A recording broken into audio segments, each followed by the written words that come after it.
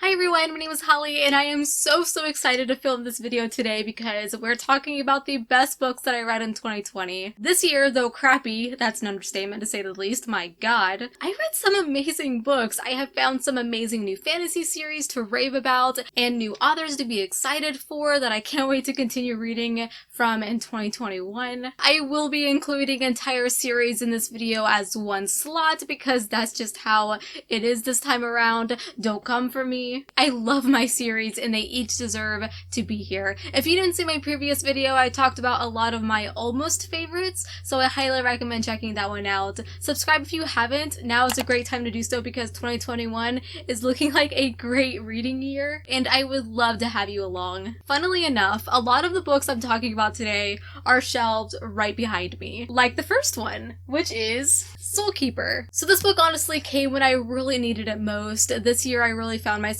struggling to escape into books. Typically I can start reading and I can just block out everything that's happening in the real world around me, but this year it's been really tough. Thankfully, Soulkeeper is such a lively, unique fantasy. It took me away from the stress and it has such a special place in my heart because of that. This is an action-packed fantasy full of monstrous creatures of all kinds in a world where magic has just recently resurfaced, and it's turning the human civilization into chaos. This honestly provided the perfect escape that I really needed, especially the first 100 pages. Still some of the best building of a story that I've read in a long time. It gets you hyped in the sense of this intensity for the world.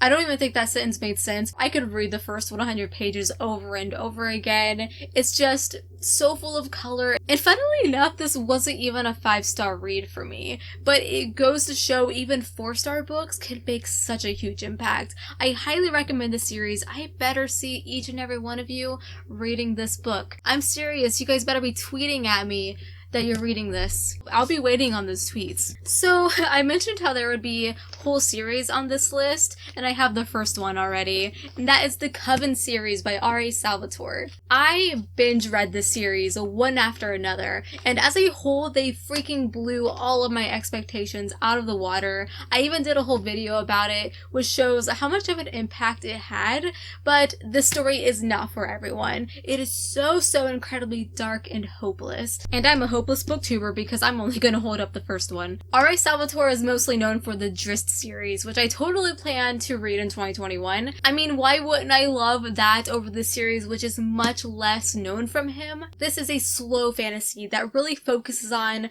the details and the ambiance of the landscape. It's set on a cold wintry mountain where the 7 different tribes live mostly in peace, but they all live in fear of this 8th tribe called the Uskar, who live at the very top of the mountain, who occasionally come down to wreak havoc. They are brutal and savage, and our main character is from that tribe, so we see it through her eyes and her feelings toward these actions.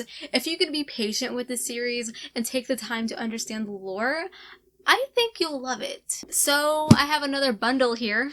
The Last Mile in Sunder City and Dead Man in a Ditch, book 1 and 2. I have never read a book anywhere close to these before in terms of style. Another underrated series that the world is doing dirty. Speaking of dirty, this is set in a grimy city called, can you guess it? Sunder City. Years ago, a catastrophic event happened that led to all magic to cease to exist. Elves age quicker, vampires are pretty much melting, dragons fell from the sky, fairies turned into stone. It's absolutely devastating. Our main character carries a lot of guilt as he tries to help the people around him by being an amateur private investigator, I guess you would call him. These are just so damn refreshing, incredibly easy to read. I say it every time, but if you like the video game The Wolf Among Us, this is it in book form. I never thought that I would love a noir fantasy, but I'm here for it now. The Alloy of Law, and I guess I could just throw in Hero of Ages as well. So I ended up finishing this whole era of books earlier in the year, and I'm so glad that I did. Reading Alloy of Law, I guess around the same time as The Last Mile in Sunder City, was a true test of my love of noir, western, investigative type of stories. Maybe I enjoy that stuff way more than I thought. The story itself is pretty light and straightforward. It reads like a western come detective story, kind of like Clint Eastwood meets Sherlock Holmes. Like, the gunplay mixed with allomancy was exceptional. I mean, what do I even say that hasn't been already said here? Oh, that I might have enjoyed Alloy of Law more than the first era?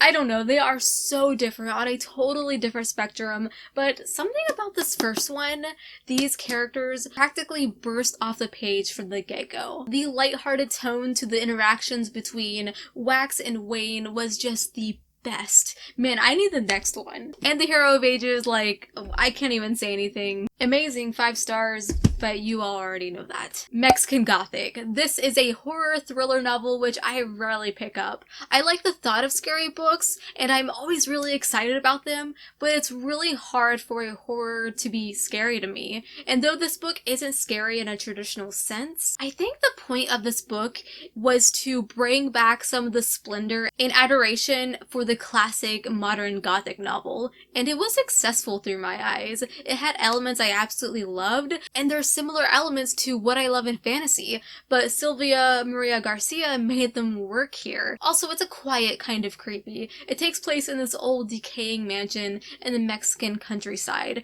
Our main character becomes a guest after receiving a frightful letter from her cousin who is living there. The setting and atmosphere is beautiful, and it won the horror category of the 2020 Goodreads Awards, and I applaud. Claps all around. So let's talk about another thrillery horror story, and that is Year of the Witching. So at first, I could not decide if this book should be in my best books list or not.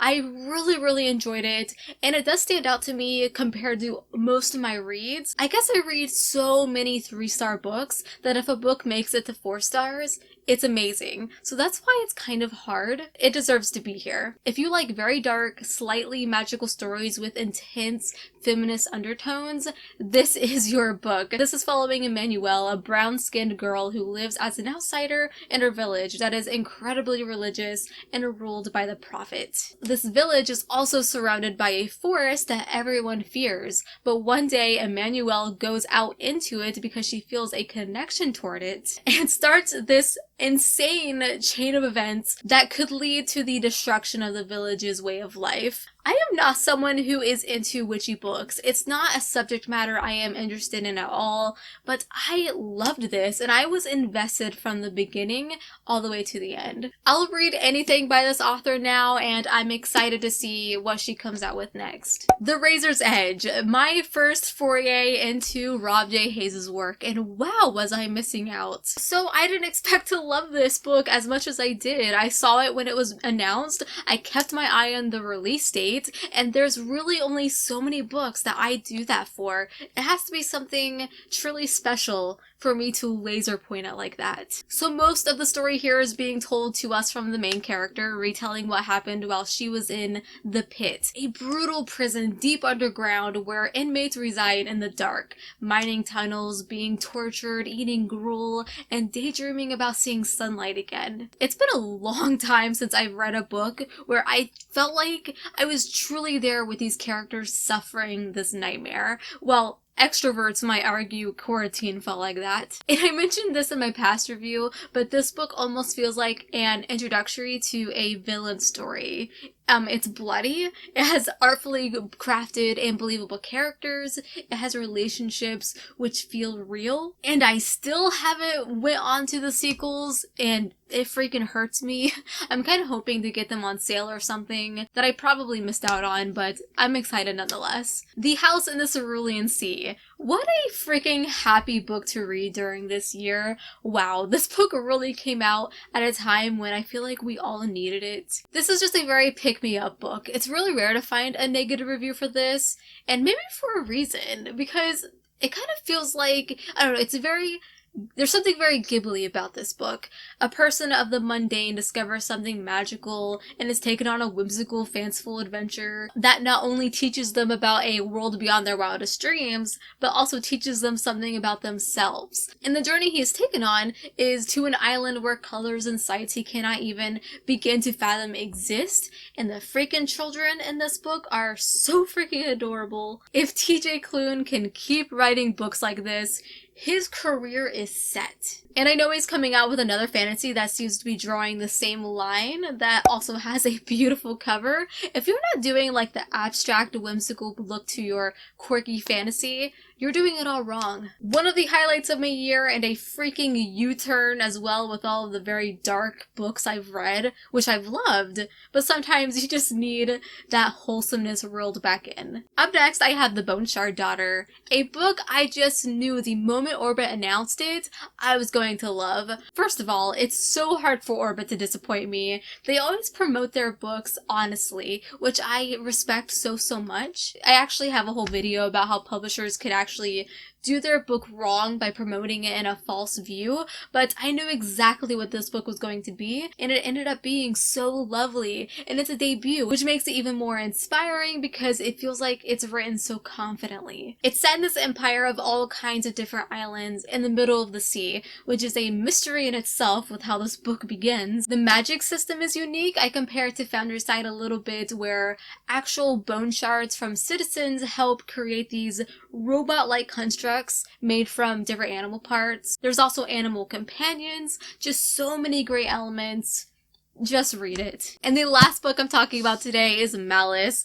Go ahead and scream at me all you want. For how long this took me to pick up, I deserve all your scolding. This series overall has secured John Gwynne in the highest of tiers of authors for me. He's a medieval loving guy, and I'm a medieval loving reader, and the two just coincide greatly. This is yet another book that I have a whole video for. In fact, most of the books I talked about today, I have a whole video for, where I explain my thoughts much better, but this story is told through multiple POVs, set all over the Banished Lands. There's kings and queens, all thirsting for power, mixed with giants and monsters, and there's an age-old prophecy that starts a god war. So much love went into the story, you can just tell, and a lot of love came out of it. So many people love this world, and I'm so happy to say that so do I.